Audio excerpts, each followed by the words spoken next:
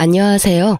모자란 글솜씨로 사연글을 쓰게 된 30대 후반의 지방 사는 평범한 여자입니다. 혹시 인생에 잊지 못할 음식이 있나요? 맛있다거나 좋아서가 아니라 이 음식을 먹을 때마다 운수가 좋지 않았다던가 나쁜 일이 있었던 일 같은 거요. 저에게는 그런 음식이 딱 하나 있어요. 많은 사람이 평생에 한 번은, 아니 매년 먹고 좋아하는 미역국이에요. 제 이혼과 이 미역국은 떼어놓을 수 없는 관계거든요. 제가 왜 미역국을 싫어하게 되었는지 여러분께 차분히 들려드릴게요. 저는 남편과 동갑으로 소개팅으로 만났어요. 남편도 저도 평범한 회사원에 지방에서 일하고 있었죠. 저는 본래 지방에서 살았었고 남편은 지방까지 일하러 온 경우였어요. 그렇게 저희는 1년 반의 연애를 거쳐 결혼하게 됐어요. 제가 결혼할 당시에만 해도 저의 친정아버지는 건축업으로 리모델링을 하며 돈을 벌고 계셨어요.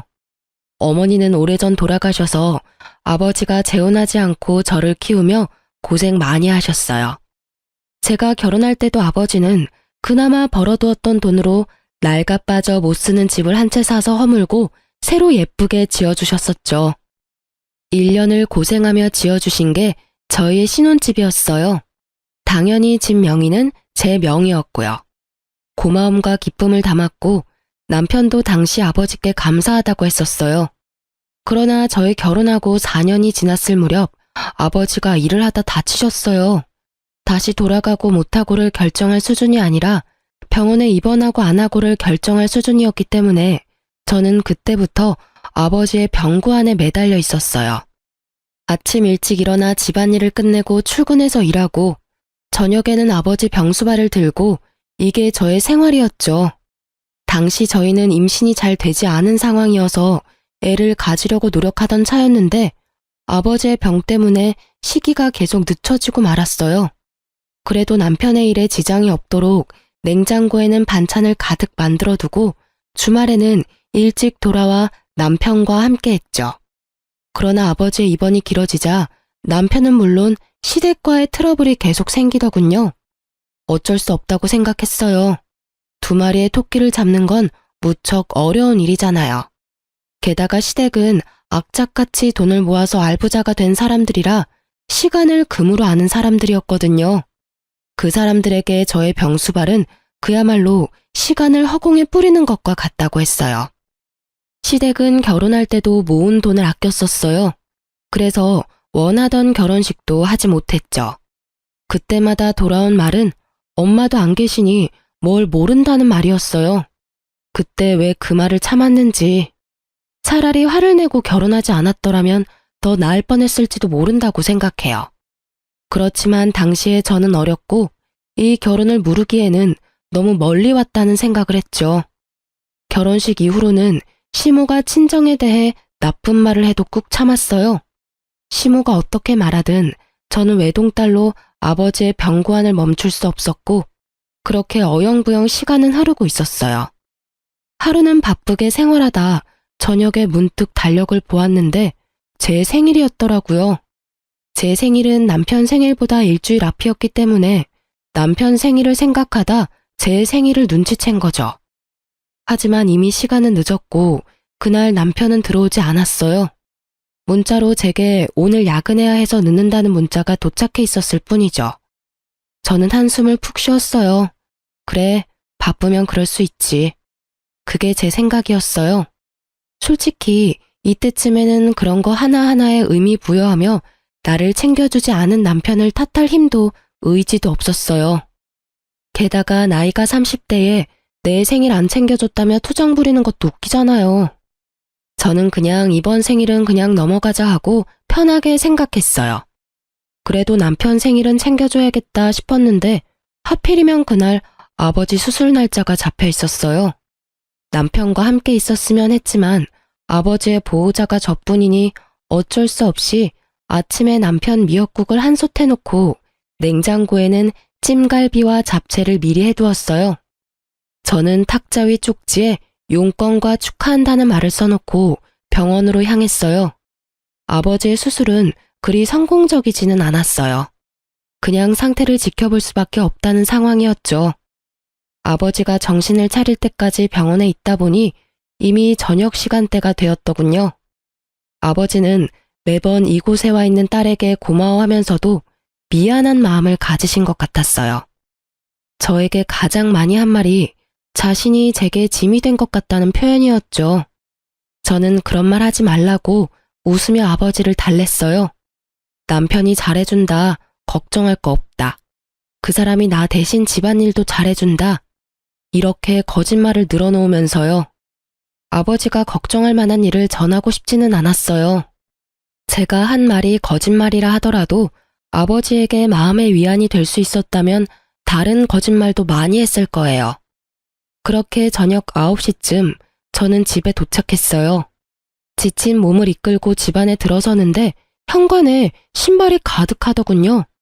평소보다 많은 신발에 이 늦은 시간에 누가 왔나 싶어서 안으로 들어갔더니 시모, 시부 남편까지 거실에서 TV를 보며 저를 기다리고 있었더군요. 어머님, 아버님, 당신까지 오늘 무슨 일 있었어요? 왜 저희 집 거실에서... 너 여태껏 어디서 놀다 왔어? 놀다 오다뇨. 오늘 아버지 수술 날짜 잡혀서 아버지 수술하는 거 기다리고 깨시는 것까지 보고 왔어요. 허구한 날 그놈의 아버지. 예, 너는 아직까지 결혼한 게 실감이 안 나니? 출가 외인이라는 말이 왜 생겼는지 몰라? 너 시집 오면 우리 집에 충성해야 하는 거야, 충성. 제가 충성을 안 하는 게 있었나요? 시댁 어르신들 생신 때든 어버이날이든 추석 명절에도 꼬박꼬박 가고 김장도 빠진 적 없고요. 일주일에 한 번씩 꼬박꼬박 전화도 드리는데 제가 뭔가 모자란 게 있었나요? 너희 아버지한테 너무 목매는 거. 아무리 사돈어른이 혼자서 힘들게 사신다고 해도 너는 우리 집에 더 노력을 해야 하잖아. 너 오늘 네 남편 생일인데도 다 잊어버렸더라. 내가 그 이야기를 듣는데 어찌나 마음이 아팠는지 모르지? 내가 얘를 어떻게 키웠는데, 그렇게 정성을 다해서 키웠는데 네가 어떻게 애 생일날 미역국 하나 안 끓여줄 수가 있어? 너희 아버지가 그렇게 대단하니? 그렇다고 내 아들 핍박할 이유는 없잖아. 이럴 거면 결혼은 왜 했니?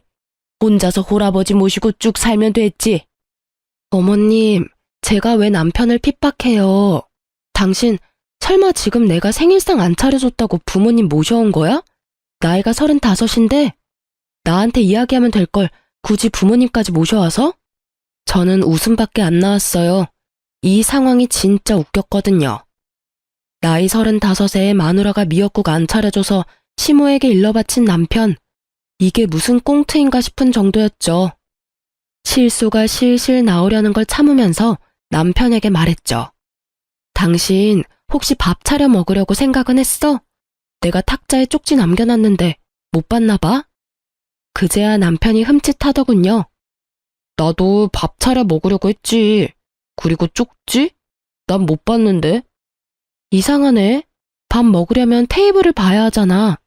그래서 일부러 수저통에 넣어뒀는데 아예 밥을 안 차려 먹었어? 그리고 미역국도 한 솥 끓여놨는데 못 봤어? 지금도 그 자리 그대로 있는데? 저는 남편에게 미역국 솥을 가리켰어요. 남편이 말을 못하더라고요. 당신 생일에 아버지 수술이라 미안한 마음에 미역국이라도 끓여놓고 갔는데 아예 밥 먹을 생각 안 하고 밖에서 먹었나 보네? 그러면 냉장고에 있는 찜갈비랑 잡채도 못 봤겠네? 남편이 그 이야기에 우물쭈물하자 시모가 남편을 거들고 나섰어요. 아니, 만들어 놓기만 하면 뭐해? 같이 축하를 해줘야지. 생일을 챙긴다는 건 상대방을 존중해준다는 말이야. 넌 어떻게 돼 내가 그런 기본적인 것도 몰라? 이렇게 미역국만 차리고 간다고 네 할 도리 다 했다고 생각하나 본데 절대 그런 거 아니거든. 이 상황은 며느리 네가 잘못한 거야. 가족을 사랑한다는 마음이 없는 거지. 그 말에 툭 하고 제 이성이 끊겼어요. 참자 싶었거든요. 솔직한 말로 아버지 병원 왔다 갔다 하는 것만으로도 모든 체력을 다 써서 굳이 말다툼도 하고 싶지 않았어요. 그런데 갑자기 존중 어쩌고 하니까 더 열받은 거죠. 제 자식은 나한테 생일은커녕 새까맣게 잊고 있더니 감히 저한테 존중 따위를 노네요? 저도 열받아서 한마디 했어요. 존중요? 어머님은 제 생일이 언젠지 아세요? 시모가 입을 꾹 다물더군요. 아버님도 모르시죠? 여태껏 한 번도 저를 축하해 주신 적이 없으니까요. 그리고 당신은 내 생일 기억이나 해? 남편이 쭈뼛거리더니 그제야 아차 싶은 표정으로 말하더군요. 내 생일 일주일 전이잖아. 맞아. 그때 당신이 내 생일에 축하한다는 이야기 해줬어? 아니면 밥이라도 한 끼 사줬니? 아니면 선물이라도 줬어? 남편은 아무 말도 못했고 시모와 시부도 아차 싶은 표정이었어요. 당신이 내 생일을 잊었다는 거 나 아무 말 안 하고 넘어갔어. 나도 당신도 바빴던 데다가 그런 거 따질 나이도 지났으니까. 근데 어머니 말씀 들으니까 화가 나네? 당신은 어떻게 나를 그렇게 존중할 생각이 없어? 아니면 나를 가족으로 생각을 안 한 거야? 아니면 아예 관심이 없었니? 제가 쏘아붙이는 말에 남편도 시모도 절절 매더군요. 시모는 본인이 한 이야기가 있으니 뭐라 하지도 못하고 남편은 잊어버린 게 본인이 맞으니 아무 말 못하고. 그런 건 아닌데. 아이씨, 엄마는 왜 별것도 아닌 거로 이렇게 집에 와서 난리를 쳐대. 그냥 조용히 넘어가도 됐잖아. 뭐? 네가 나한테 와서 며느리가 너한테 신경 안 써준다고 한마디 해달라고 그랬잖아. 뭐 결국은 그런 거죠. 남편이 또 나이값 못하고 시모에게 떼쓰더라고요. 일러 바친 남편이나 그 말 듣고 아들 집에 와서 며느리 잡는 시모나 50보 100보 똑같은 사람들이죠. 저는 그런 남편에게 말했어요. 하긴 아픈 장인 병원에 한 번을 안아보는 당신이 나를 가족으로 생각했을 리가 없지. 안 그래? 매번 내가 아버지 병원에 가는 거 싫어했잖아. 그래서 매번 그걸로 싸우고. 솔직하게 말할게. 장인어른 아프다는 소리에도 병원 한 번 안 오는 너한테는 미역국 하나 끓여주는 것도 다행으로 생각해. 시어른과 남편은 제게 아무 말도 못했어요. 자기들이 하는 말을 그대로 돌려줬잖아요. 존중? 가족 사랑? 그게 없는 사람이 누군데요? 열받은 저는 멀뚱멀뚱한 세 사람을 두고 부엌에 가서는 아침에 만들어 놓은 미역국을 모두 싱크대 배수구 거름망에 촥 부어버렸어요. 그리고 다른 반찬들도 싹 다 꺼내서 음식물 쓰레기통에 확 부어버렸어요. 아깝다는 생각은 전혀 들지도 않고 그냥 그 순간은 속이 시원했어요. 내가 저런 남자한테 먹이려고 미역국을 만든 게 정신 나간 짓이지. 두 번 다시 내가 미역국을 만드나 봐라. 다 들으라는 식으로 크게 혼잣말하고 시원하게 쏟아붓는 미역국을 보니 그나마 막힌 속이 조금은 뚫리는 기분이었죠. 시모도 시부도 남편도 그런 저를 말리지 못하더군요. 결국 남편은 쭈구리가 돼서 방에 틀어박혔고 시부모는 부랴부랴 저희 집을 떠났죠. 저는 이때부터 남편에게 화가 나기 시작했던 것 같아요. 우리끼리 조용히 해결해도 될 일에 시부모를 끌어들이는 생각 없는 사람이 내 남편이라는 것도 너무 짜증났고요. 이렇게라도 정리가 돼서 다행이라고 생각하고 있었죠. 저는 이때 이 사람들이 제게 더 반박하지 않은 게 다 본인들이 잘못했다는 걸 깨달아서 그런 거라고 생각했는데 그게 아니라 다른 음흉한 생각이 있었던 거예요. 제가 그걸 알게 된 건 아버지의 3일장 마지막 날이었어요. 미역국 사건이 있고 몇 달 안 돼서 아버지는 결국 돌아가시고 말았어요. 너무 죄송한 마음이 많이 들었어요. 손주 한 번 안겨드리지도 못했고 맛있는 거 대접도 제대로 못 해드렸는데 이렇게 허망하게 가실 줄은. 저는 저대로 힘든 상황에 봉착했어요. 당시에 일을 하고 있었음에도 생활비를 제외한 돈은 거의 대부분 아버지의 병원비로 들어갔어요. 실비로 나온 것도 많았지만 그 외의 비용도 만만찮게 많이 들었었거든요. 결국 친정집은 아버지가 돌아가시고 완전히 폭삭 사라져버렸죠. 아버지가 노후를 보낼 생각으로 구해두었던 집은 결국 빚만 잔뜩 남긴 채 다른 사람에게 팔려갔고 딸인 제게 남은 건 몇만 원 남지 않은 아버지의 통장들이었죠. 이미 결제한 장례식 비용을 어떻게 갚아야 하나 걱정하던 중 남편과 시댁에서 저를 찾아왔더군요. 이제 막 모든 것이 끝나고 마음을 추슬러야 하는 이때 그들이 저를 데리고 간 곳은 한정식 가게였어요. 저는 처음으로 이 사람들이 고생한 나를 위해 이곳에서 식사를 대접해준다고 생각했어요. 여태까지 서운하고 힘들었던 마음이 천천히 녹아드는 기분이었죠. 하지만 이상하다는 생각도 했어요. 시부모와 남편 신우가 저를 무척이나 살피는 표정으로 바라보았거든요. 이상하게 생각하기는 했지만 깊이 생각하지는 않았어요. 아니, 생각할 여유가 없었다는 게 맞는 말일 것 같아요. 그렇게 한정식 코스 요리를 다 먹고 났더니 마지막으로 식사가 나왔어요. 그런데 제 식사에 미역국이 나왔더군요. 저는 주변을 보았어요. 나머지는 미역국이 아니었거든요. 제 생일도 아닌데 왜 미역국을 주나 싶었는데 식사가 얼추 끝났다 싶었는지 그제야 시모가 입을 떼더군요. 그래, 고생했다. 아버지 3일장 끝났으니 이제 한시름 놓을 수 있을 거야. 네. 그리고 우리가 네 생일날 무심했던 게 너무 미안해서 이곳으로 데려온 거야. 그러니 그 일은 잊고 새로 좋은 가족이 되어보자는 의미로 받아들이면 된다. 이 미역국이 그런 의미였나 싶어 미역국을 한술 떴어요. 입으로 미역국을 가져가려는데 시모가 말을 하더군요. 그리고 네 아버지가 돌아가셨으니 내가 너에게 제안할 게 있어. 너도 그리 나쁘지는 않은 이야기일 거다. 너 병원에 입원해 계신 내 시어머니를 알고 있지? 너의 시조모 말이다. 네, 여러 가지 지병으로 요양병원에 입원해 계신 건 알고 있어요. 너희 아버지 간병하면서 이래저래 병간호 일도 몸에 붙었을 테니 이번에는 네가 너희 시조모 수발을 좀 들어줘야겠다. 저는 순간 당황해서 미역국을 먹지도 못하고 고개를 들어 시모 얼굴을 쳐다봤어요. 제가요? 그럼 너 말고 누가 있겠니? 다 늙어서 힘도 없는 이 시어머니가 아랴? 너 여태까지 네 아버지 수발 잘 들었잖니? 설마 지댁에서 시키는 거라서 하기 싫다는 건 아니지? 공짜로 하라는 건 아니다. 네 시조모 앞으로 보험금이 좀 있어. 그분이 자기 수발 드는 자식에게 그 보험금 전액을 수령인으로 해주겠다 하지 않니? 어차피 오늘 내일 하는 늙은이고 네가 일만 잘해주면 손쉽게 상속받을 수 있는 일이야. 당시 시조모는 간병사가 모시고 있었는데 시조모는 가족들이 자기를 버렸다고 생각한 것 같았어요. 그러면서 수발 들어주는 사람에게 남은 재산인 보험금을 주겠다고 했던 거예요. 시부의 형제자매가 이남 일녀였는데 하겠다고 나선 사람이 선뜻 없던 모양이에요.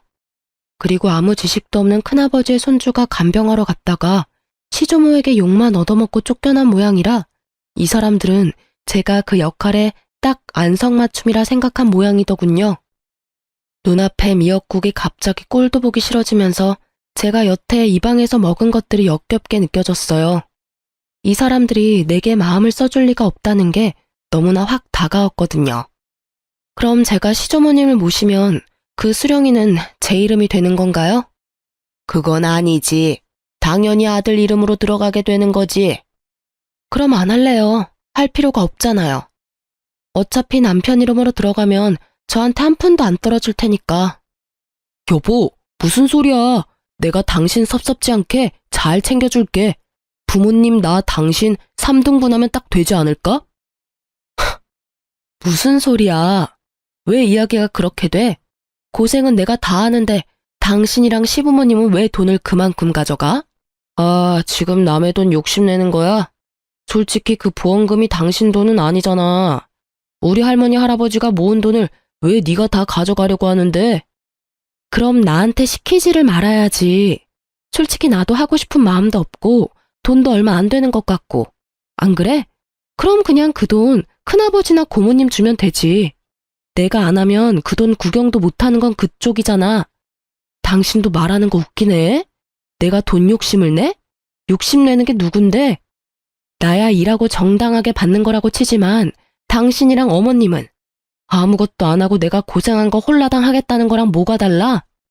재주는 곰이 부리고 돈은 주인이 받는다더니 딱 주인 노릇하려고 그러는 거 내가 모를 줄 알았어? 보자 하니까 사람을 아주 집안에 달린 식모처럼 부리려고? 야, 적당히 까불어. 누가 언제 너 식모처럼 부린대? 말 똑바로 해라. 돈 준다잖아. 솔직히 장인어른 아플 때는 돈 없이도 수발 잘 만들더니 왜 시자가 들어가니까 하기가 싫어? 솔직히 네 아버지 노가다로 돈도 못 벌고 고생만 했잖아. 돈 한 푼 없는 영감 모실 때는 효녀인 척 다 하더니 왜 우리 할머니 보험금 많다니까 그 돈 탐나서 이런 식으로 뻣뻣하게 구는 거야? 너 지금 우리 아버지한테 뭐라고 했어? 이 새끼야, 지금 네가 살고 있는 그 집도 그 노가다 하는 아버지가 준 집이다.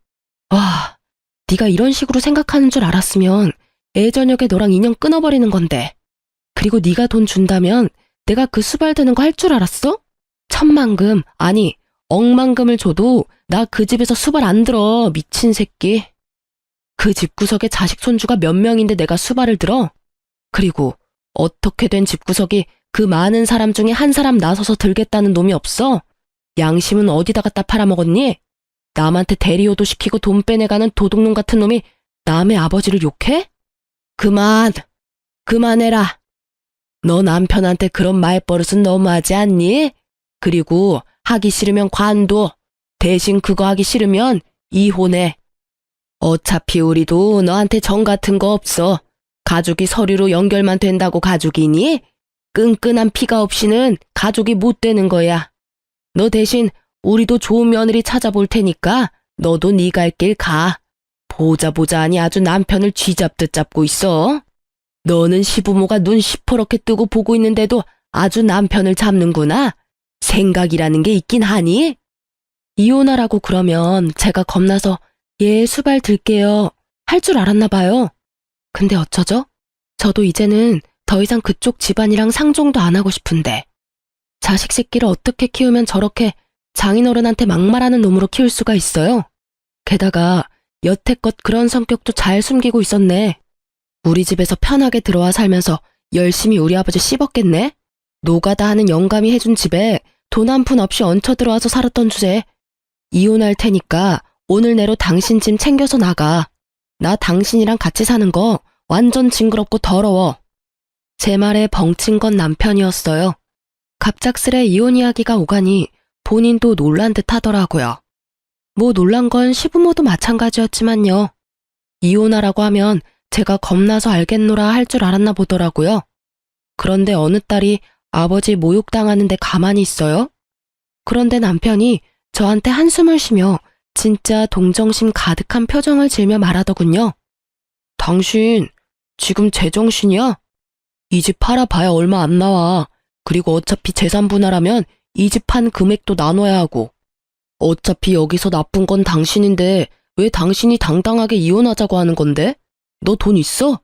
어차피 당신 아버지 병수발 든다고 돈 다 썼을 거 아니야. 괜한 고집 부리지 말고 그냥 하겠다고 해. 그러면 완만하게 끝날 일이잖아. 이혼은 당신 어머니가 하라고 했고 나쁜 건 내가 아니라 너고. 나를 유책 배우자로 만들고 싶은 모양인데 시댁 병수발 강제로 들라고 하는 거 문제 있는 거 몰라? 그리고 남의 아버지 모욕한 것도 문제 있고 나 동정하기 전에 당신부터 동정하는 게 어때? 지금 이 집에서 나가면 어차피 당신 시댁 들어가거나 전세 월세 가야 할 텐데 당신도 돈 그리 많은 건 아니잖아. 안 그래? 오지랖 넓게 내 걱정은 하지 마. 나 알아서 할 테니까. 제 말에 남편도 시부모도 마치 저를 정신 나간 사람처럼 보더군요. 제가 이혼을 선택한 게 그 사람들한테는 어이없는 일이었던 것 같더라고요. 그렇지만 이 상황에서 어떤 여자가 시댁의 저런 요구를 받아들일 수 있겠어요? 돈 문제를 떠나서 남의 손으로 효도를 시키겠다는 그 마인드 자체가 잘못돼도 한참을 잘못된 거죠. 차라리 남편이 자기가 할 테니 나한테 조금만 도와달라고 했다면 제가 해주겠다고 했을지도 몰라요. 그런데 아예 저한테 모든 걸 맡기겠다고 하다니. 결국 저는 남편과 이혼 조정에 이르게 됐고 이혼은 생각보다 제게 유리하게 진행됐어요. 남편은 제가 집안일을 내버려 두고 친정 일에만 열심히 한다며 저를 몰아갔지만 저는 그 사람들이 해달라고 했던 걸 알려줬죠. 병시중을 요구하고 장인어른을 모욕했던 걸요.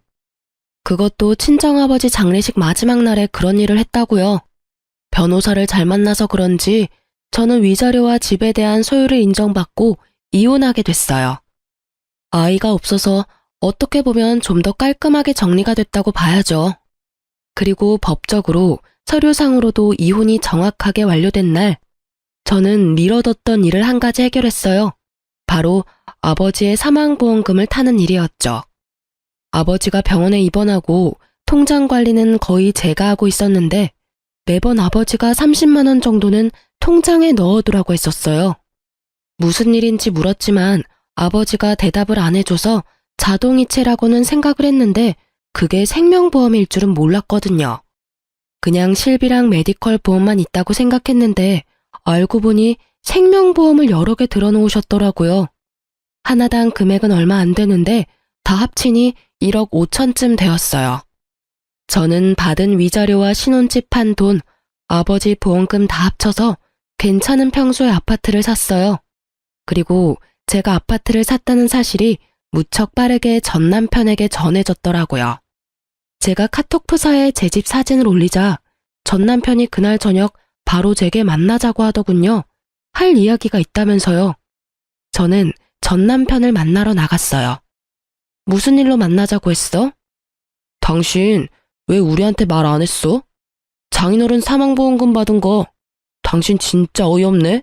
그걸 왜 숨겼어? 숨기고 자시고 가네. 아버지 3일장 끝나자마자 나를 한정식 집에 가서 이혼하도록 만든 게 당신이랑 어머님이잖아. 아니, 보험이 있다는 걸 그 뒤에 알았는데 왜 내가 당신한테 그런 걸 이야기해야 해? 당신이야말로 어이없는 소리 하네. 남편의 행동은 아주 가관이었죠. 마치 우리 아버지 사망보험금이 자기 것이라도 된 양 행동하는 게 너무 웃겼죠. 난 당연히 그거 물어볼 수 있지. 솔직히 이혼하기 전에 그 보험금 있다는 거 알았으면 이렇게 이혼할 상황까지 안 갔을 수도 있잖아. 나도 좀 더 관대한 마음으로. 관대하기는 지랄하고 자빠졌네. 이건 무슨 똥 같은 소리야? 뭐 잘못 먹었어? 아니면 오늘 컨디션이 영 안 좋아? 우리 아버지 보험금이 있다는 사실이 왜 우리 이혼에 영향을 끼칠 수가 있어? 설마 당신 그 돈 탐났어? 그래서 내가 그 돈으로 집 사니까 이렇게 뛰어와서 왜 보험금 있던 거 말 안 했냐고 지금 나한테 따지는 거야? 탐났냐니 사람을 뭘로 보고? 탐이 난 게 아니라 당신이 그런 사실을 숨겼다는 사실에 화가 난 거야. 그 돈이 있었다면 당신이 장인어른 수발 들어갈 때 우리 엄마가 아무 말도 안 했겠지. 솔직히 돈도 안 나오는데 가서 힘만 쓰면 뭐해? 우리는 다 당신 생각해서 그런 말 한 거라고. 그럼 돈만 나오면 뭐든 해도 되고 돈 안 되는 일이면 부모라도 무시해라 뭐 이거야? 와, 대단한 가족이네. 대단해. 당신은 그럼 어머님이 아파서 죽어가도 돈이 안 되면 모시지도 않을 거라 이거지? 어머님이 들으시면 참 좋아하시겠다. 그치? 대놓고 빈정거리는 제 모습을 보더니 남편이 버럭 화를 내더군요. 그런 말이 아니잖아. 다 당신 생각해서 한 말이라고. 솔직히 그 보험금도 원래라면 반 나눠야 하는 게 정상이고. 우리 아버지 보험금 10원짜리 한 장도 가져갈 생각 하지 마. 네가 양심 있는 새끼면 여기 와서 이러는 것도 진짜 말이 안 되는 거거든? 양심이 없으니 여기 와서 내내 보험금 이야기만 하고 있지, 이 나쁜 놈아. 네가 뭐가 그렇게 잘났어? 넌 뭐가 그렇게 잘났는데 힘들게 일해서 번 돈으로 넣은 보험금 네가 달라고 하는데 우리 아버지 생일날 선물은 해줘봤니? 아님 아버지 아플 때 병원에 얼굴 비추기를 했어? 생각할수록 네가 우리 아버지한테 못한 것만 생각나는데 잘한 거 있으면 말 좀 해줄래? 그런 놈이 뭐? 보험금? 아주 지랄을 해요, 지랄을. 내가 아버님한테 뭘 그렇게 못했는데 솔직히 남들 하는 만큼은 했잖아. 네가 무슨 말을 해도 나는 네가 그 돈 혼자 다 먹으려고 그러는 것으로밖에 안 보여. 결과가 그렇잖아. 장인어른도 나한테는 아버님인데 왜 네가 그걸 다 가져가냐는 거지. 아, 말도 안 통하는 새끼. 이 돈이 왜 네 돈이야. 내가 혼자 다 먹든 다 날리든 그건 다 내 거야. 아버지가 내 명의로 넣어뒀다고. 아버지 목숨값을 왜 너한테 줘? 너 내가 우리 아버지 병수발할 때 매번 띠꺼운 얼굴로 내가 병원 가는 거 싫어했지? 너뿐만이 아니야. 너희 집 가족들 다 똑같이 나한테 그런 표정이었지. 쓸데없는 짓 한다고, 돈 안 되는 짓 한다고, 시댁보다 친정 우선시 한다고. 근데 그렇게 말하고 그렇게 행동한 주제에 이제 와서 우리 아버지 보험금 달라는 건 너무 뻔뻔한 거 아니야? 아니지. 뻔뻔한 걸 넘어서서 완전 강도 새끼 아니냐고. 뭐? 강도? 너 지금 말 다 했어? 네가 지금 큰돈 생겼다고 완전 기고만장해서 일어나 본데 이혼한 거 내가 물릴 거야. 그 돈을 이유로 변호사한테 알아보고 그 돈까지 타낼 수 있는 방법 찾을 거라고. 그딴 방법이 있겠어? 이게 내가 결혼하면서 모은 재산이 아니라서 분할 재산에 안 들어가는데 뭘 알지도 못하면서 얼마나 당당하고 아는 척하는지. 우리 아버지 노가다나 뛴다며 모욕적인 말할 때는 언제고 이제 와서 아빠 목숨값을 노려? 넌 진짜 인간도 아니야. 쓰레기지 쓰레기. 내가 미친년이지. 저런 놈도 전 남편이라고 나한테 사과할 줄 알고 나왔더니 사과는커녕 자기 돈도 아닌 돈 내놓으라고 생떼를 쓸어 온 줄도 모르고. 제 말에 적지 않은 충격을 받았는지 남편 놈은 그 자리에서 자기 변호사한테 전화해서 물어보더군요. 이혼이 결정되고 나서 알게 된 재산, 그것도 수령인이 내 이름으로 된 보험금. 그걸 나눌 수 없다는 이야기를 들었는지 전 남편은 씩씩거리며 그런 법이 어디 있느냐고 변호사를 다그치고는 전화를 뚝 끊어버리더라고요. 그러고는 저를 노려보면서 한마디 하더군요. 더럽고 치사해서 나도 그딴 돈 필요 없어. 혼자 사는 거 불쌍해서 와줬더니 사람을 날강도로 만들고 있어. 여태껏 돈 얘기 실컷 해놓고 이제 와서 뭘 내가 불쌍하대? 너야말로 불쌍하지. 돈도 없고 집도 없고. 이제 와이프도 없는 이혼남 아니냐고. 아니지. 그래도 너한텐 자랑스러운 부모님이 있잖아. 병시중 실어서 며느리 써먹고 보험금 가로채려던 부모. 그 부모가 그 모양이니 너가 가정교육을 똑바로 받았을 리가 없지. 한껏 비아냥거리는 제 말에 화가 났는지 전 남편은 이쪽은 아예 보지도 않고 자리를 뜨더군요. 자기가 만나자고 해놓고는 맘대로 안 되니 멋대로 떠나면서 제가 불쌍해서 와줬다는 전 남편을 보며 참으로 헤어진 게 잘한 일이라는 걸 실감했어요. 저런 찌질이 수전노 같은 인간이랑 같이 살았던 시간이 아깝다고요. 그런데 전 남편의 공격이 끝은 아니었어요. 그날 저녁 이후로 시모가 전화 왔더라고요. 너 이 싹수도 없고 돈만 밝히는 년, 너 일부러 이혼하자고 한 거 아니니? 그 돈 다 혼자 먹으려고. 모자지간 아니랄까봐 말하는 게 똑같더라고요. 돈을 왜 먹어요? 그리고 제일 먼저 이혼 이야기 꺼낸 거 어머님인 거 잊으셨어요? 저는 당신 말대로 한 것뿐이에요. 이혼하라고 하길래 더 이상 그 집안 사람들이랑 상종도 하기 싫어서 이혼하겠다고 답한 것뿐이라고요. 그리고 그때는 아버지 보험금 있는지도 몰랐거든요. 그러게 마음을 좀만 더 곱게 쓰시지 그랬어요. 그랬으면 제가 전 남편과 그 돈을 나눴을 수도 있었을 텐데. 아니지. 조금만 더 늦게 저한테 그런 요구를 했으면 그 돈의 행방이 좀 달랐을지도 모르죠. 뭐 어느 쪽이든 어머님과 전 남편이 잘못했다는 건 누가 봐도 확실한 일이잖아요? 그걸 가지고 저한테 책임 전가하지 마세요. 말이라도 못하면 밉지나 않지. 꼬박꼬박 말대꾸해. 그래, 돈 좀 가지니까 아주 네가 왕이라도 된 것 같지? 그게 얼마나 가겠냐? 넌 곧 망할 거다. 그런 악담과 함께 시모는 수화기 너머로 카악 퇴하며 침을 뱉더라고요. 물론 저한테 튈 리는 없겠지만 시모의 의도대로 제 기분만큼은 아주 더러워졌죠. 망하든 잘되든 이제 상관없으니 더 이상 연락하지 마세요. 앞으로 연락하면 내용에 따라 경찰에 신고를 할 수도 있어요. 결국 제 으름장에 시모도 전화를 뚝 끊어버렸어요. 그렇게 한 소리 퍼붓고 나니 그래도 마음이 조금은 후련했어요. 그 뒤로 연락도 없어서 저는 평화롭게 지내고 있었어요. 아니요, 평화로운 척했죠. 필사적으로. 있는 게 이기는 거라고 생각하면서 말이죠. 그렇게 몇 달이 지난 뒤 저는 전 남편과 아주 어이없는 재회를 하게 됐어요. 그날은 오랜만에 미역국을 만든 날이었어요. 저는 아파트 화장실에 문제가 발생해서 인테리어 업자를 부른 상태였어요. 하는 김에 옛날식 인테리어도 확 바꾸려고 말이죠. 그런데 작업하는 분들이 들어오는데 전 남편이 있더라고요. 저랑 전 남편 둘 다 순간 어안이 벙벙해서 당황했지만 아무 일 없는 척하며 그들을 대했어요. 전 남편도 다른 사람들과 똑같이 작업복을 입고 있더군요. 그걸 보는데 처음에는 당황해서 말도 안 나왔지만 계속 보다 보니 웃음이 계속 나올 것 같더라고요. 저희 아버지 노가다 한다면 욕해놓고는 본인이 이혼한 지 몇 달 만에 비슷한 사람이 돼서 나타났으니 말이죠. 저도 전 남편도 다른 사람들 있을 때는 아무 말 하지 않았어요. 그리고 점심시간에 다른 사람들이 식사를 하러 간 틈에 저와 전 남편은 이야기를 나눌 수 있었어요. 여기가 당신 집인지는 몰랐어. 좋은 곳에 집 얻었네? 그동안 잘 지냈어? 전 남편은 그동안에 도끼가 좀 빠진 모양이었어요. 마지막에 봤을 때는 그렇게 당당하게 굴며 못되게 굴더니 말이죠. 난 잘 지냈지. 직장도 집도 안정돼서 편해. 당신은? 여기 있는 걸 보니 할머님은 아직 살아계시나 보네? 할머니 돌아가셨어. 그 말에 살짝 저도 놀랐어요. 돌아가셨다니 안 된 일이지만 보험금 받아놓고 전 남편이 이리 사는 게 이상해서 물었죠. 당신 그때 할머니 모시러 간다고 하지 않았었나? 당신 어머님이 나한테 시주머님 모시라고 할 때 그때 이야기해줬었잖아. 그분 모시면 돈 나온다고. 아, 다른 사람이 결국 할머님 수발든 거야?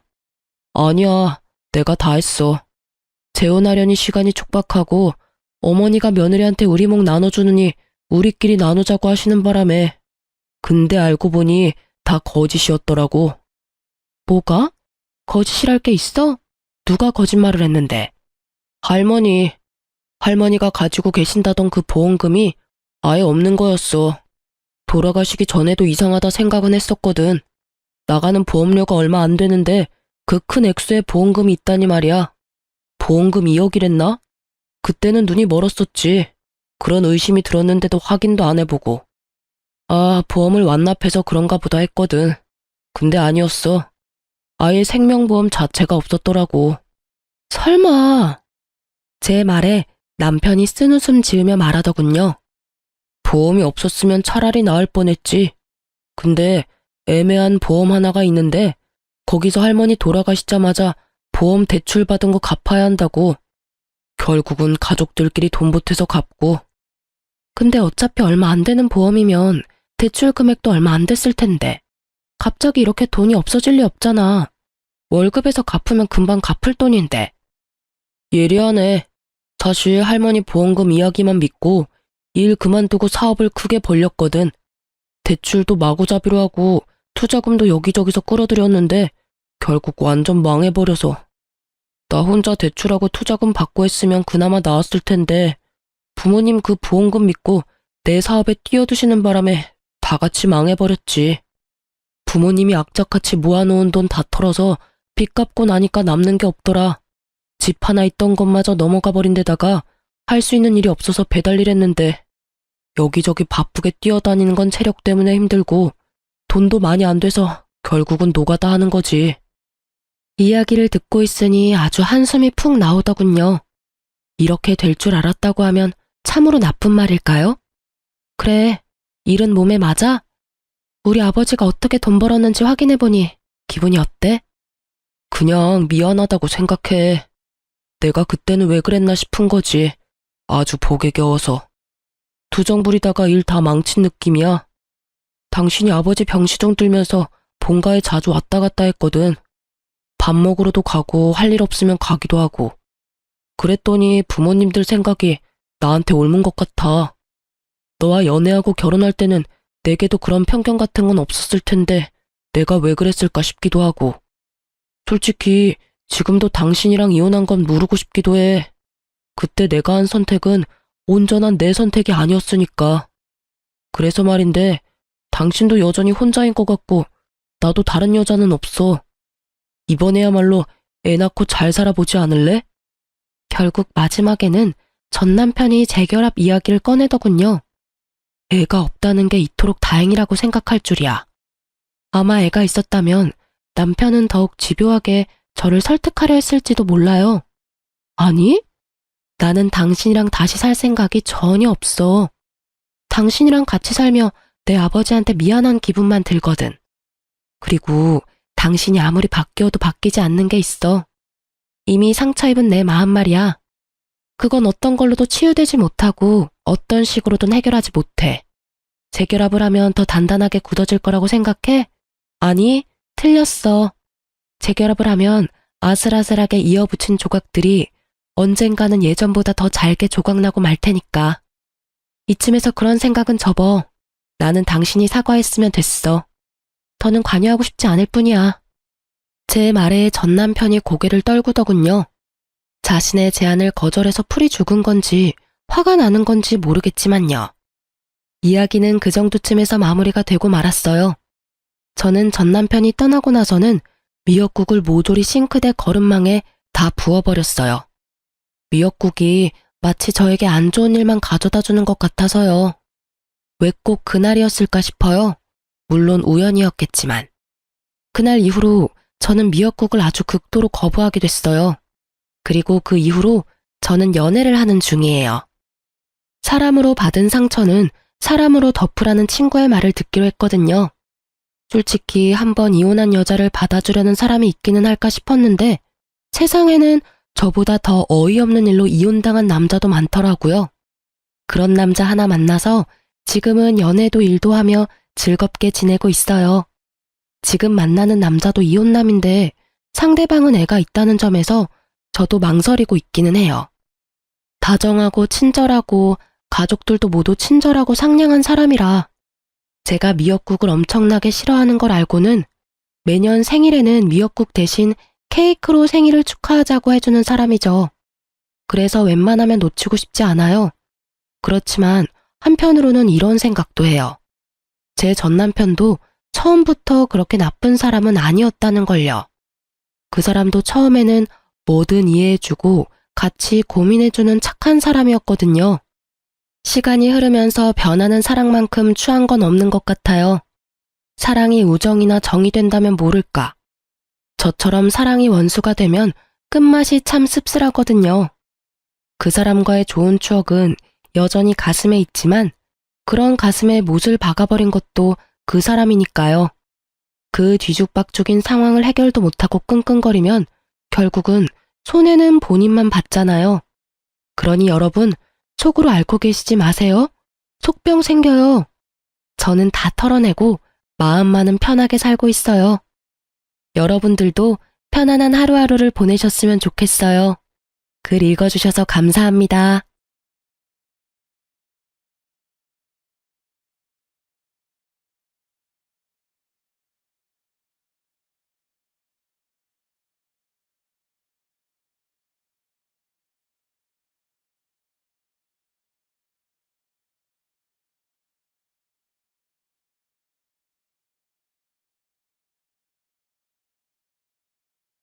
안녕하세요. 저는 가게를 운영하며 두 아들을 키우고 있는 30대 후반의 싱글맘입니다.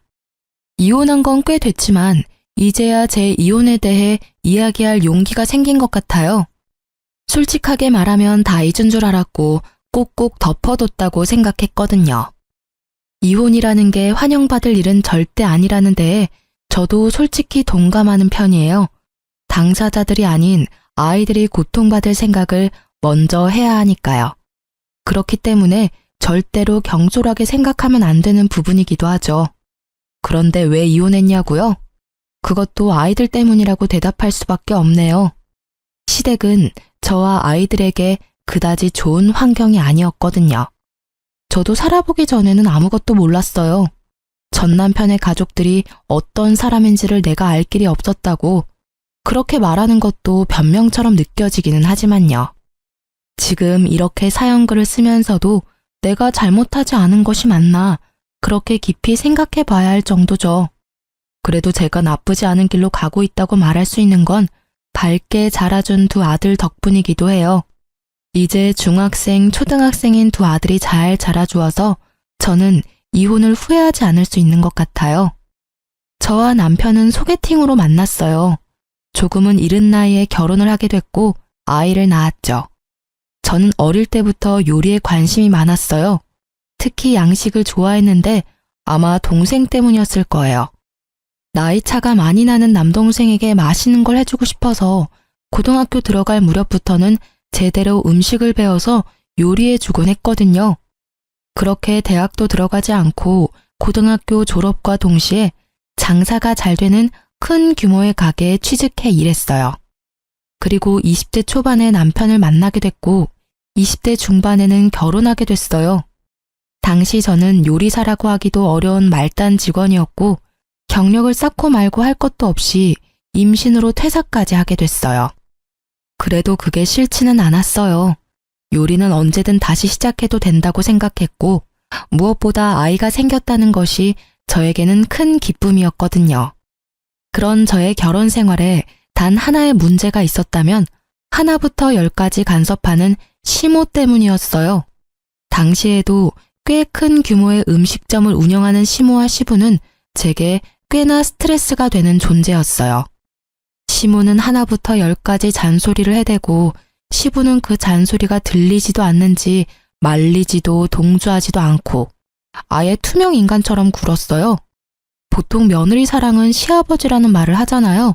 근데 저희 시부는 정반대였어요. 아예 저는 남처럼 대하더라고요. 그래도 그런 시부가 시모보다는 더 괜찮았다고 하면 시모가 얼마나 심각한 간섭을 했는지 감이 대충 오시죠? 저와 시모의 갈등이 시작된 건 아이를 임신했을 때부터였어요. 제가 임신 사실을 알렸을 때부터 시모는 먹는 것, 행동하는 것, 생각하는 것까지 통제하려 했어요. 물론 지금이야 통제라는 단어를 쓰고 있지만 당시에 아무것도 모르던 저는 그게 통제가 아니라 사랑이며 관심이라고 생각했죠. 첫 손주에 대한 사랑이 지극하다고 생각했거든요. 그런데 그 인상이 송두리째 바뀐 일이 벌어졌어요. 바로 출산 당일이었어요. 저는 진통이 오는 상태로 병원에 가 있는 상황이었어요.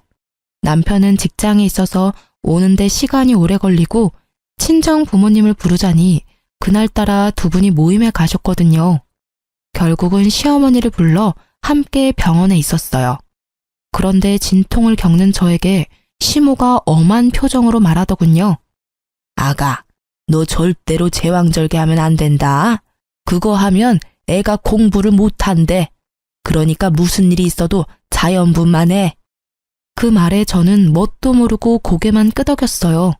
솔직히 아무것도 모른 채 임신해서 지금처럼 정보가 많지도 않은 시대에 제가 어떻게 했겠어요? 그냥 고개만 끄덕일 수밖에 없었죠. 그리고 그 정신없는데 한 가지를 더 말하더군요.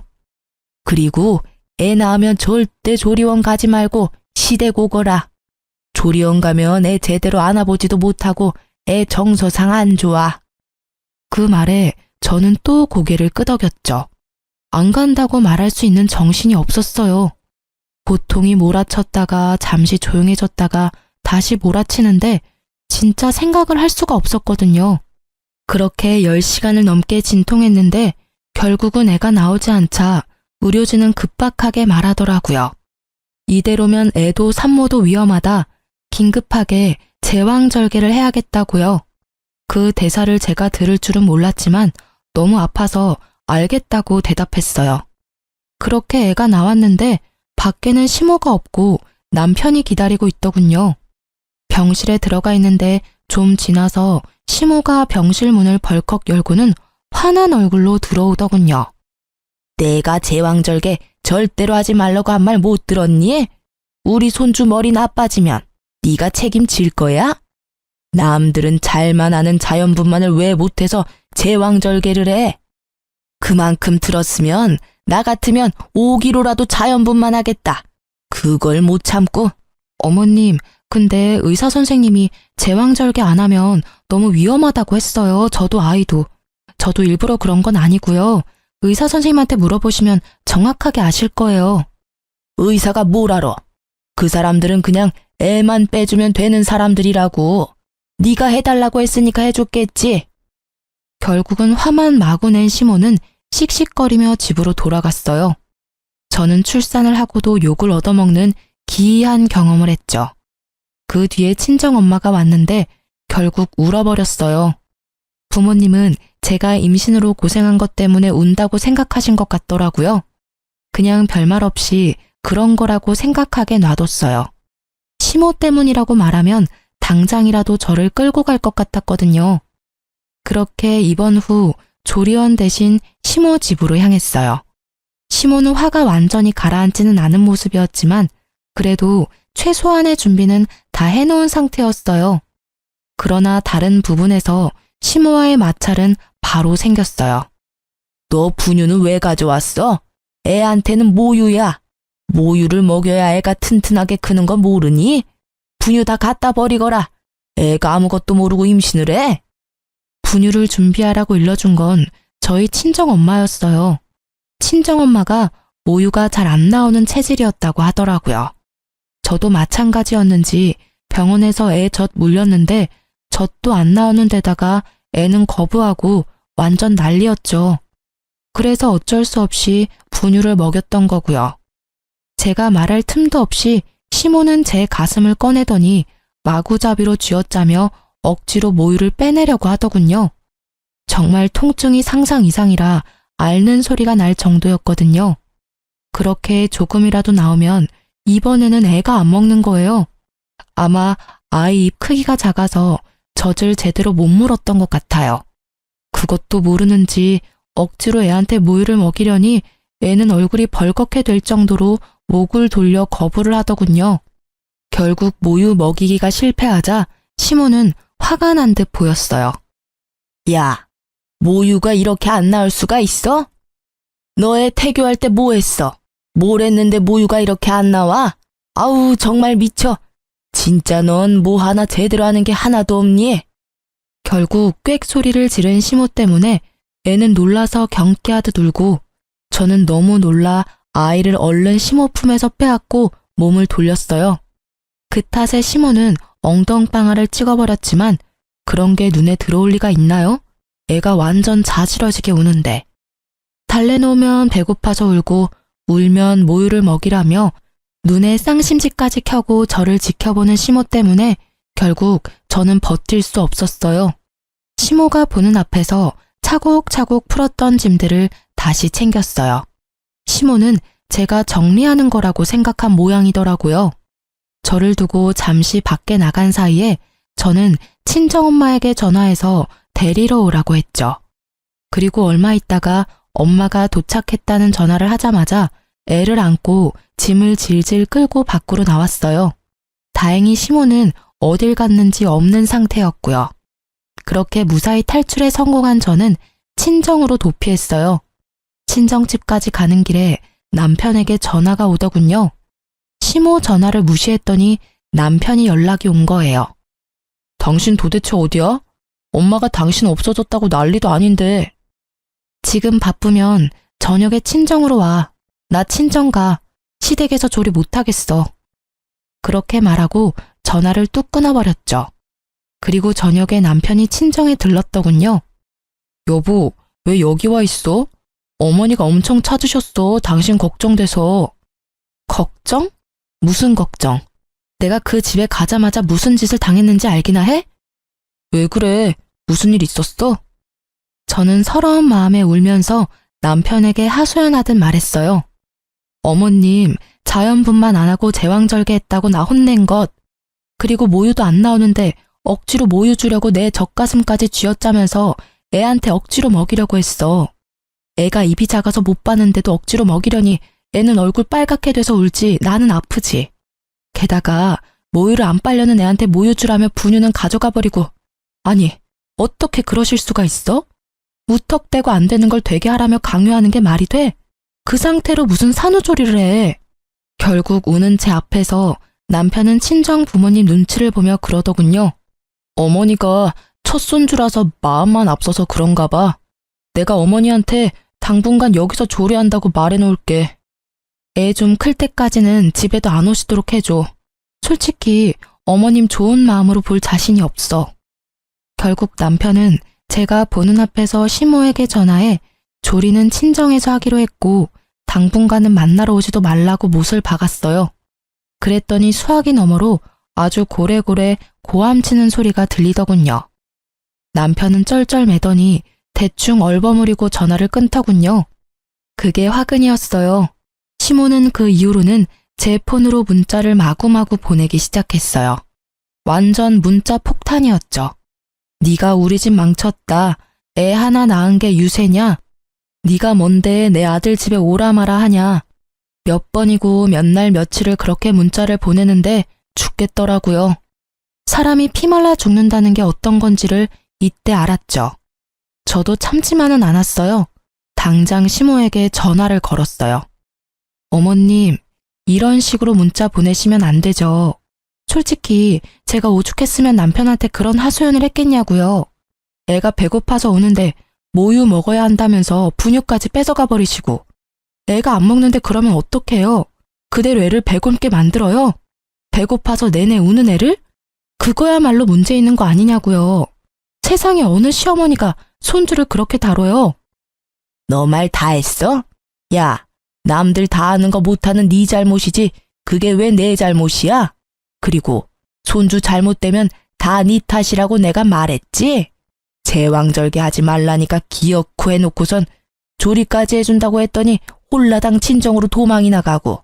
어이구, 그래서 애는 잘 키우겠어? 제왕절개로도 할 말 많은데 저 그거 안 하면 애랑 둘 다 죽는다고 했거든요? 어머님이 의사예요? 의사도 아니면서 의사 말 다 무시하고 저한테 자연분만 하라고 하면 제가 목숨까지 걸어야 하는 거예요? 어머님이 아무리 대단해도 그건 아니죠. 의사가 아니라는데. 그래도 여전히 어머님은 어머님 생각만 하시잖아요. 애가 바보가 되든 말든 제가 알아서 키울 테니까 걱정하지 마세요. 어머님한테 키워달라고 안 할 테니까 앞으로 저한테 연락 마세요. 할 말 있으면 그이한테 전화하시고요. 결국 저는 전화를 끊어버리고 시모 전화를 수신 거부 처리했어요. 속에 어찌나 천불이 나는지. 연락을 안 받으니 점점 나아지기는 하더군요. 남편에게 연락이 왔는지 남편이 왜 연락 안 받냐길래 문자 폭탄 보여주며 이래서 수신 거부해놨다고 했더니 남편도 아무 말 없이 수긍하더라고요. 결국 시댁에는 가지 않게 되었어요. 남편이 제게 시댁에 가자고 말도 꺼내지 않았거든요. 그렇게 안 보고 사니 그나마 스트레스는 덜 받았어요. 그런데 그 평화로움도 오래 가지는 못했어요. 남편이 퇴직을 했거든요. 퇴직했다기보다는 권고사직이었죠. 직장이 힘들어지면서 사람을 내보내야 하는 상황이 발생했고 남편이 그 중에 한 명이었어요. 그 부서에서 가장 애매한 위치에 있던 게 남편이었거든요. 그렇게 퇴사하고 나니 집안 가계가 기울더군요. 퇴직금과 실업급여로 버틸 수 있는 건 잠시뿐이었어요. 결국 남편은 이참에 직장을 그만두고 시부모가 하는 음식점에서 일을 하기로 했어요. 솔직하게 말해서 저는 그게 너무 싫었어요.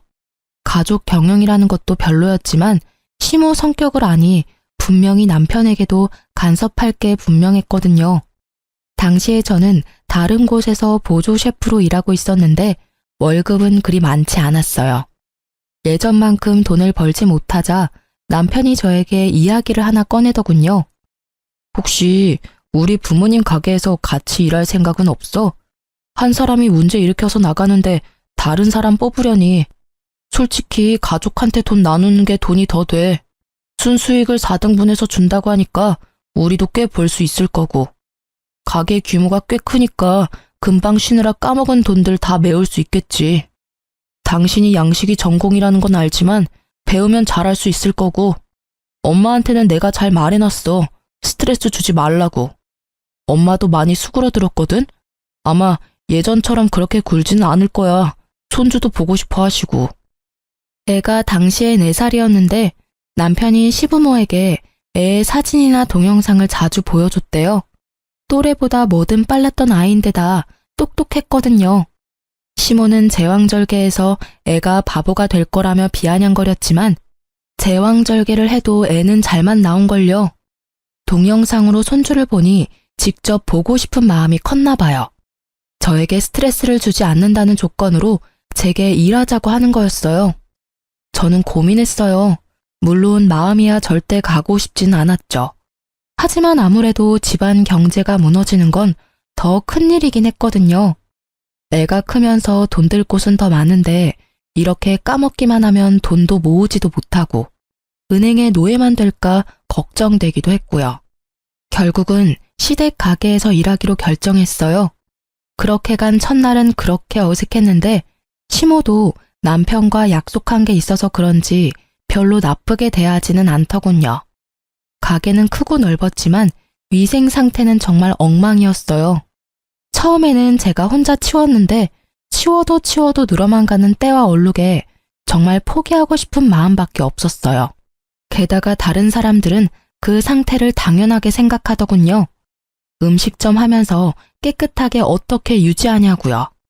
돈 못 버는 음식점이나 그런 곳에 신경 쓴다며 어이없는 소리만 하시더라고요.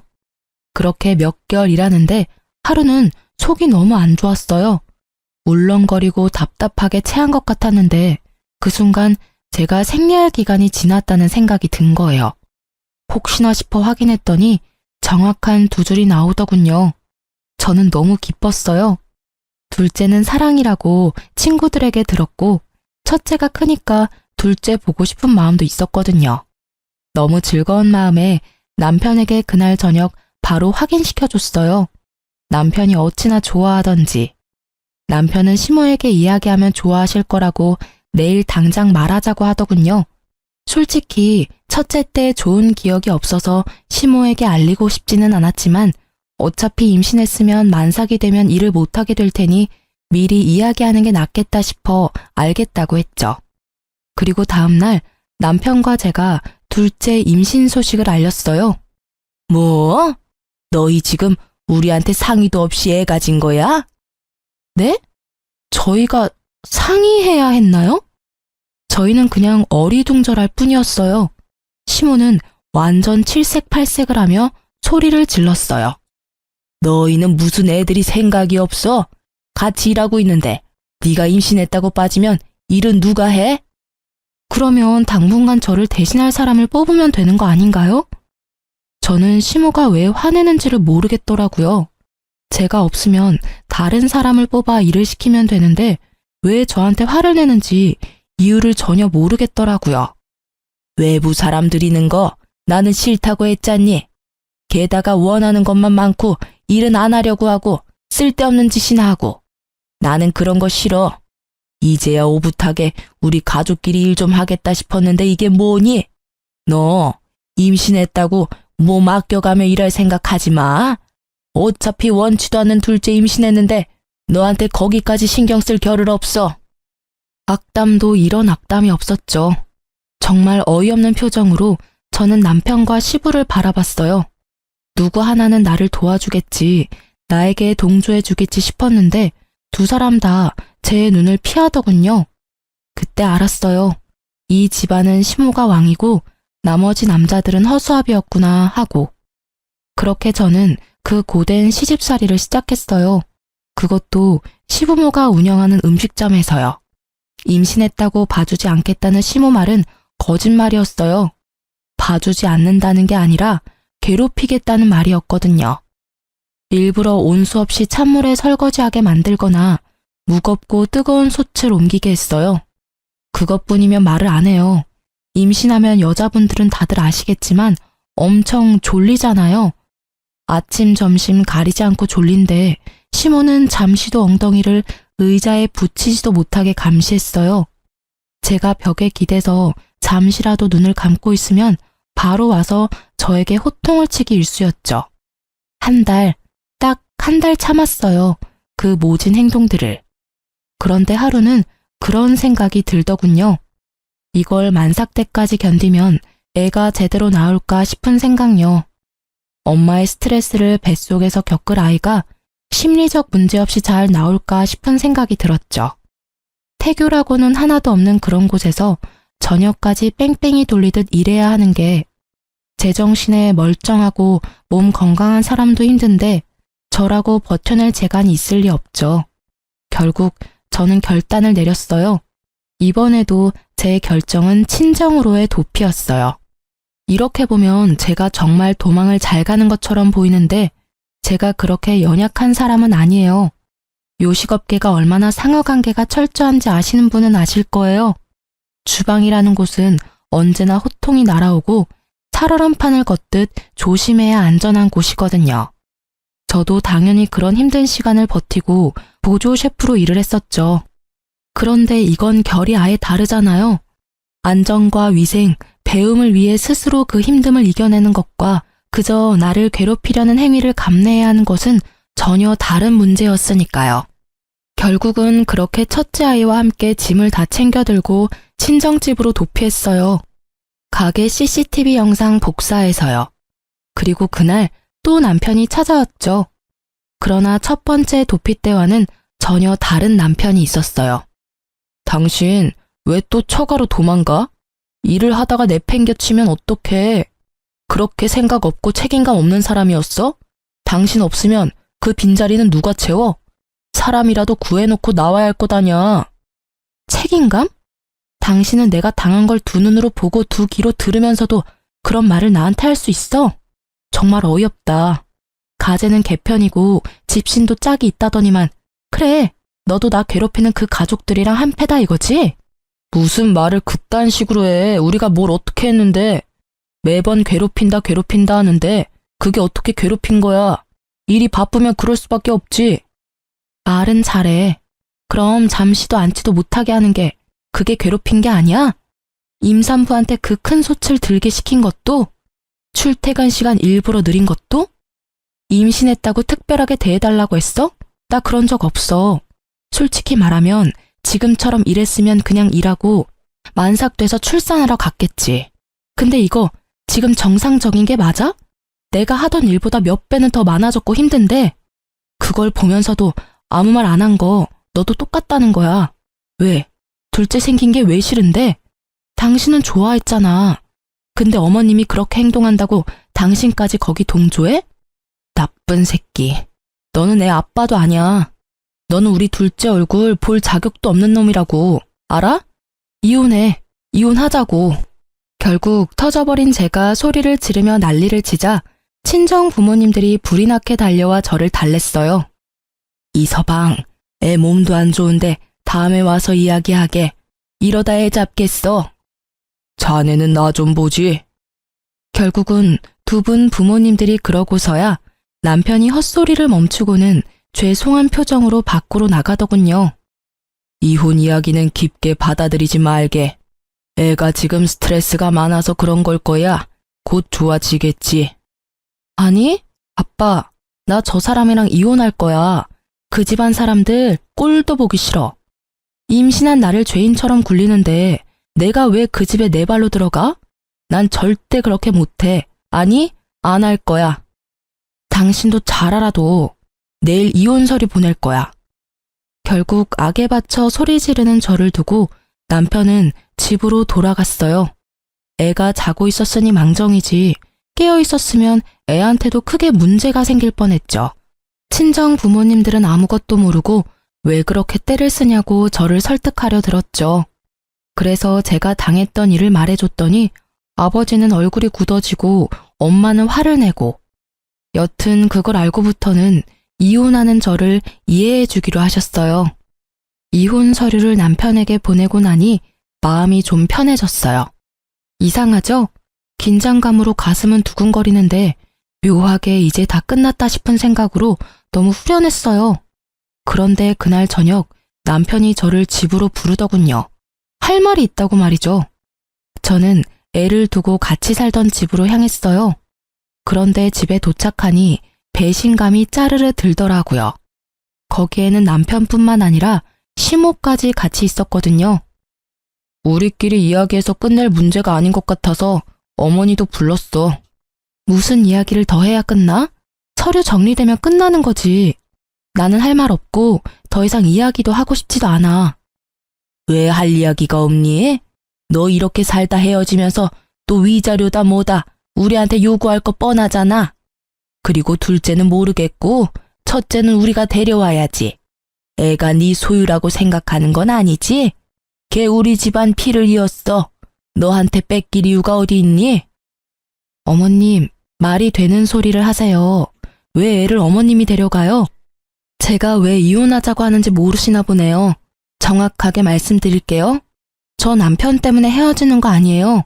어머님 때문에 이혼하자고 한 거지. 너희 사이가 좋으면 이혼을 왜 해? 나 때문에? 내가 뭘 어쨌는데?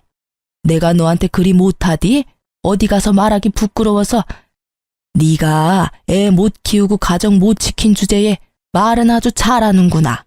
그래, 뭐가 그렇게 안 이뻐서 이혼하자는 거니? 말해봐. 내가 뭘 그렇게 잘못했어? 지금 그걸 모르세요?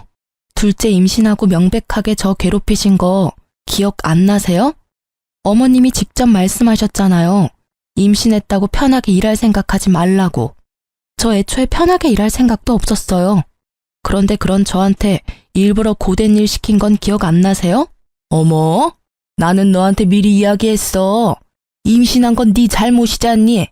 그러게 우리한테 이야기라도 하고 임신 준비를 하지 그랬니? 그랬으면 네가 그럴 일도 없었잖아. 그리고 임신했다고 특별하게 대해주는 것도 웃기지 않니? 나 때는 임신해도 밭일해야 했고 눈치 보며 음식도 줄여야 했어. 그런데 너는 같이 일하면서 혼자 임신해버리고 남은 사람들 고생할 건 생각도 안 하는 이기주의자잖니? 그게 어떻게 이기주의예요? 말이 정말 안 통하네요. 이러니까 제가 이혼 이야기 꺼낸 거예요. 이러니까. 누가 특별하게 대해달라고 했어요? 최소한 태어날 아이가 이 집안에서 축복은 받아야 하잖아요. 그런데 애가 졌다고 도리어 더 괴롭히시다니 누가 봐도 문제 있는 건 어머님이시라고요.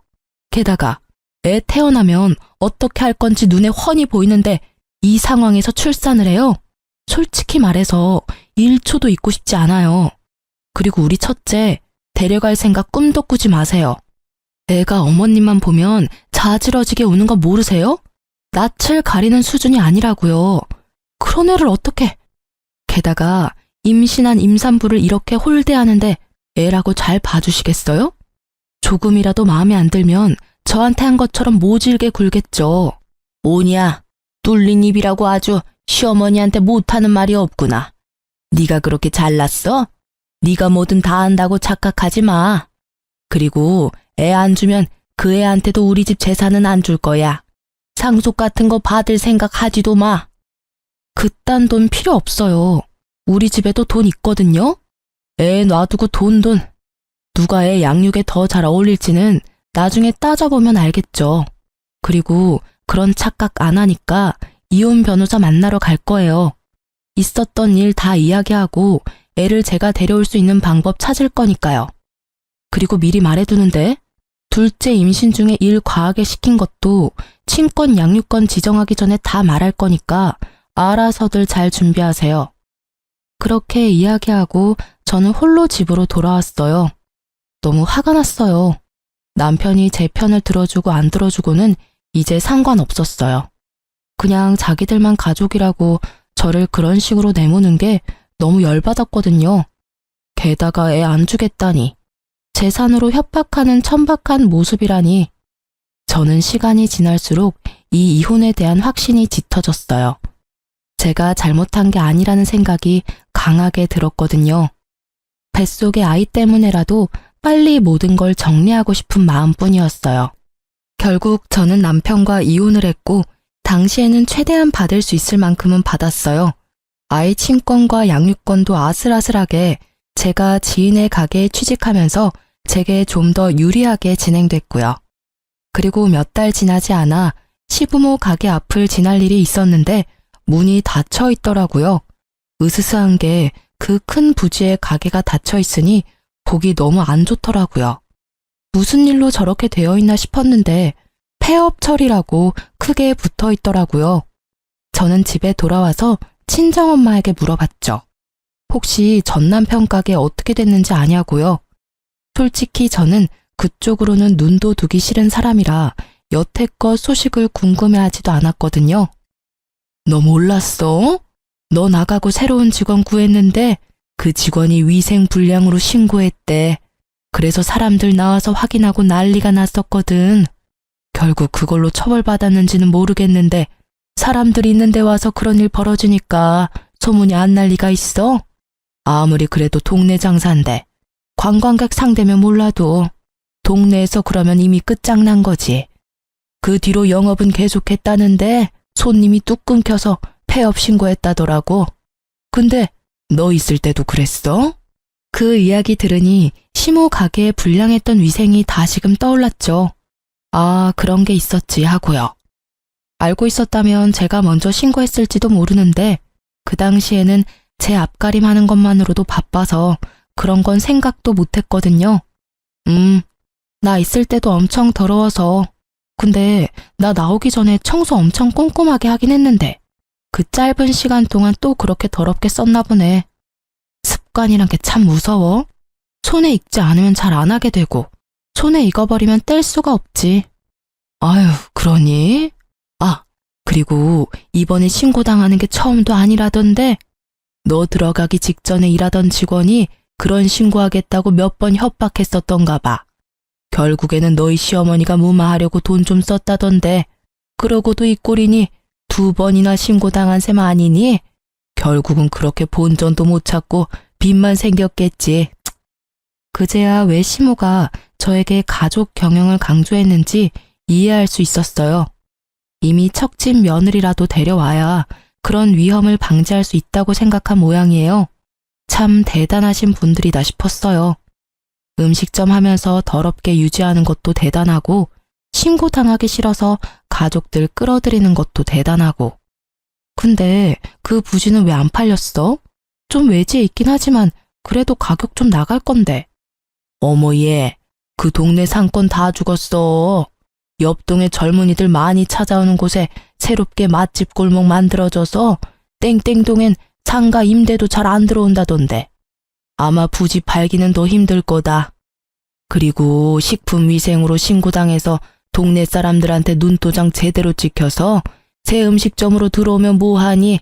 새로 들어와도 장사 안 될 게 뻔한데. 동네 사람들한테 더럽다는 인식 없애려면 시간 좀 걸릴걸? 친정엄마 이야기를 들으니 끄덕거릴 수밖에 없었죠. 음식점이라는 건 위생과 관련된 소문에는 예민할 수밖에 없거든요. 모르고서라도 거기를 샀다가 음식점을 하면 바로 망하게 되는 지름길이니까요. 결국 시모는 전 재산 어쩌고 저쩌고 하더니 본인이 스스로 관리 잘못해서 날려먹고 말았네요.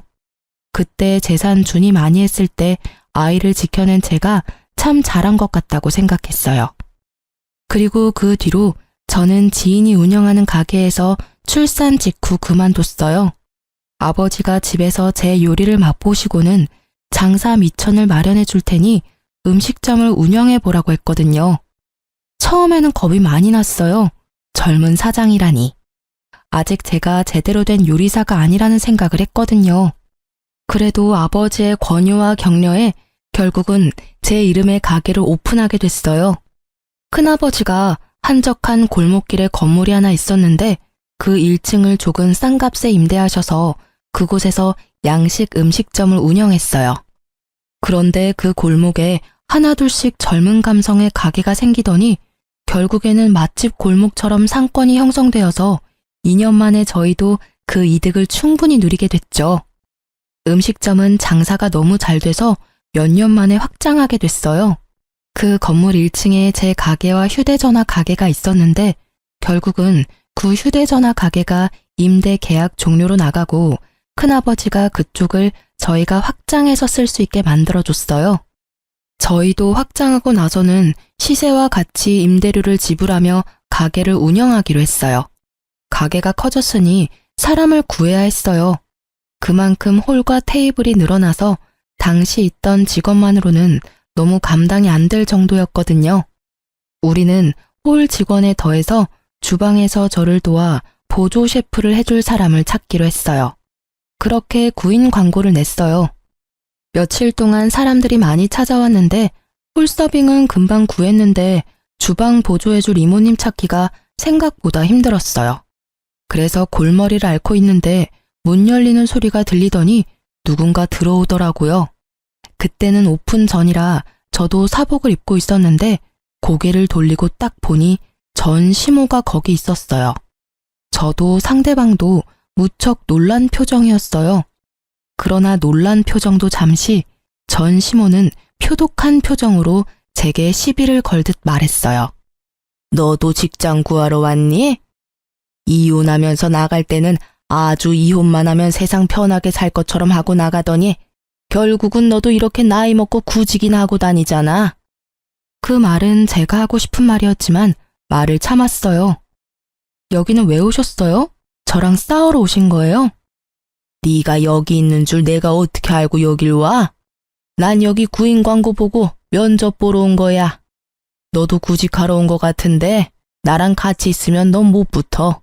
내가 여기 사장님한테 네가 얼마나 못된 계집인지 아주 상세하게 이야기해 줄 거니까. 싸우러 오신 게 아니면 말 조심하세요. 저도 이제 그쪽 분 제 시어머니라고 생각 안 하니까요. 남남이 된 지 얼마나 오래됐는데 여전히 저한테 굉장히 모질게 구시네요. 남한테 이렇게 하시면 당장 소송인 건 모르세요? 그딴 거 난 알 필요 없고 알고 싶지도 않아. 나한테 필요한 건 네가 우리 아들이랑 이혼하고 비루하게 빌어먹고 사는 걸 보는 게 더 중요해. 모든 게 내가 생각한 대로 맞아떨어졌으니까. 너 같은 성격에 어디 가서 잘할 거라고 생각한 게 이상하긴 하지. 우리 집 풍비박산을 내놓고 아주 저 혼자 잘 살려고 하는 건 말도 안 되지. 너 때문에 우리가 이렇게 됐는데. 가게 폐업했다는 이야기는 들었어요. 그런데 그게 제 탓이라고요? 저는 분명히 저 나가고 새로 들어온 직원이 신고했다고 들었는데요. 그게 네 탓이지. 네가 애를 가지지만 않았어도 우리가 그런 또라이 같은 새 직원을 뽑을 일이 있었겠니? 쓸모도 없는 거 걷어서 일하게 해주려고 했더니 금세 도망가서 결국 사람 구하게 만들고 결국 신고당해서 폐업하고 우리 아들도. 아들 이야기를 꺼내려던 시모가 잠시 멈칫하더니 무척 화난 얼굴로 칵 퇴하며 제 앞에서 침을 뱉더군요. 정말 모욕적이고 빡친 상황에서 저도 참을 수 없었어요. 이 아줌마가 미쳤어? 여기가 어디라고 침을 뱉어? 그게 내 탓이라고? 위생신경 쓰라고 말한 거 무시한 것도 아줌마고 열심히 쓸고 닦는 나 무시하면서 생색낸다며 비아냥거린 것도 아줌만데 왜 나한테 뒤집어 씌우는 거야? 나한테 침 뱉은 거 나 그냥은 안 넘어가요. 신고하고 소송할 거니까. 네가 그런다고 내가 무서워할 줄 알았니? 오냐 해봐라. 누가 이기는지 보자. 그때 안에 있던 매니저가 큰 소리에 놀라서 나오더라고요. 사장님, 무슨 일이세요? 이 아주머니는 또 누구시고? 사장님? 매니저가 제게 사장님이라며 부르며 뛰어오니 시모 눈이 놀란 토끼처럼 동그랗게 변하더군요. 저는 열이 받을 대로 받아서 시모에게 말했죠. 왜요? 사장이라니까 좀 달라 보여요? 내가 여기 사장이에요. 이제 머리가 좀 돌아가요. 지금 남의 영업장에서 사장 모욕하고 침도 뱉으시고, 구직 활동하러 오셨다고 했죠? 이력서 주세요. 그런데 제 밑에서 일이나 하실 수 있을라나? 저한테 깍듯하게 사장님 소리하면서 높임말 써야 하는데 그 말에 자존심이 상했는지 얼굴이 시뻘겋게 변하더군요. 비루하게 뭐요? 내가 그 말 똑같이 되돌려드리죠. 나이 먹고 어린애한테 침 뱉고 막말한 거, 비루하게 사는 거 보고 싶었다고 한 거 다 돌려드릴게요. 아줌마야말로 비루하게 살고 있으면서 그렇게까지 저를 까내리고 싶었어요? 근데 어째요? 제가 사장인데. 저한테 경어 쓰고 제 말 따를 생각이라면 취업시켜 드릴게요. 어떻게 하실래요? 결국 제 말에 전 시모는 욕설을 거하게 내뱉고는 문을 강하게 박차고는 나가버리더군요. 매니저는 이 상황에 그저 놀라서 멍했고 저는 그런 매니저에게 소금 좀 뿌리라고 했어요. 재수가 더럽게 없으려나 보다 하고요. 나중에 알고 보니 시모가 저한테 공격적으로 나온 이유가 있기는 하더라고요. 가게 폐업하고 가족 모두가 취업 전선으로 내몰렸다고 하더라고요. 동네에서 들리는 소문에 의하면 그 음식점 부지에 대출이 많이 껴있었더라고요. 평생 할 장사라고 생각했는지 돈이 필요할 때마다 건물에 저당 잡고 써버릇했는데 막상 음식점이 망하니 달달이 내야 되는 이자도 내기 힘든 실정인 것 같더라고요. 전 남편은 전공을 살려보려 했지만 능력이 없는지 취직 다 실패하고 공사장에서 일용직 일하다가 허리 다쳐서 병원 신세를 지고 있다더군요. 그리고 시부는 배달일 하면 돈 버는데 체력이 없으니 많이 벌지도 못하고 병원비만 더 든다고 하고요. 그리고 시모는 제가 본 그대로였죠. 받아주는 곳 없어서 이곳저곳 떠돌아다니며 일하다가 같이 일하는 동료랑 싸워서 퇴사하고 뭐 그런 상황이었더라고요. 솔직히 남의 불행에 즐거워하지는 못하겠는데 이상하게 이해는 되더라고요. 그 사람들이 그렇게 될 거라는 예상을 한 건 아니었지만 좋은 결말을 가지지는 못할 거라는 생각은 했죠. 저에게 한 행동을 보면 다른 사람과도 크게 잘 지낼 거라는 상상은 되지 않으니까요. 전 시모를 만난 건 그때가 마지막이었고 지금은 어디서 뭘 하는지 알지 못해요. 무소식이 희소식이라고 연락 없는 지금을 그냥 즐기면서 살아요. 여자 혼자 몸으로 애 둘 키우면서 그래도 좀 더 잘 살 수 있었던 건 부모님 도움이 없었으면 절대 안 될 일이었어요. 그래서 저는 이혼을 하고 나면 주변 사람들의 호의를 동정이라 생각 말고 주는 건 다 받아야 한다고 생각해요. 그랬기 때문에 지금의 제가 있는 거니까요. 제가 자존심을 세우고자 또는 떨어진 자존감에 안 될 거라고 생각하며 아예 시도를 포기했다면 이런 결과는 얻지 못했을 수도 있죠. 그리고 그때 제 선택을 후회 없게 만들어준 두 아들의 존재가 제게는 여전히 소중해요. 혼자 되고 경영인이 되고 나서는 주변 사람들이 소개를 해주기도 했어요. 그렇지만 다 거절했어요. 솔직하게 말하면 이혼하고 나서 음식점을 운영하는 것보다 재혼을 했다면 더 편하게는 살 수 있었을지도 모르죠. 그렇지만 그렇게 했다면 두 아들이 지금처럼 밝고 건강하게 자라지는 못했을지도 모른다는 생각을 해요. 앞날은 아무도 알 수 없는 거긴 하지만 그래도 제가 다른 데 눈 돌리지 않고 아이들을 위해 애써온 것만은 정말이거든요. 음식점을 운영하면서 초반에는 힘들기도 했고 여러 가지 문제도 많았어요. 이혼하면 다 해결되는 게 아니라 더 많은 문제가 산적해 있을 테지만 내가 인간 취급받지 못한다는 거, 내 아이가 받을 취급을 생각하면 이혼이 더 나은 선택이었다고 말할 수 있겠네요. 글을 쓰면서 제 인생을 정리해보니 시작되는 모호했던 마음들이 지금은 정말 한 점의 후회도 없어진 듯해요. 글을 쓴 보람이 있는 하루였네요. 그리고 저의 긴 글 시간 들여 읽고 들어주신 분들에게 감사한 마음을 전합니다. 다들 오늘도 좋은 하루 되세요.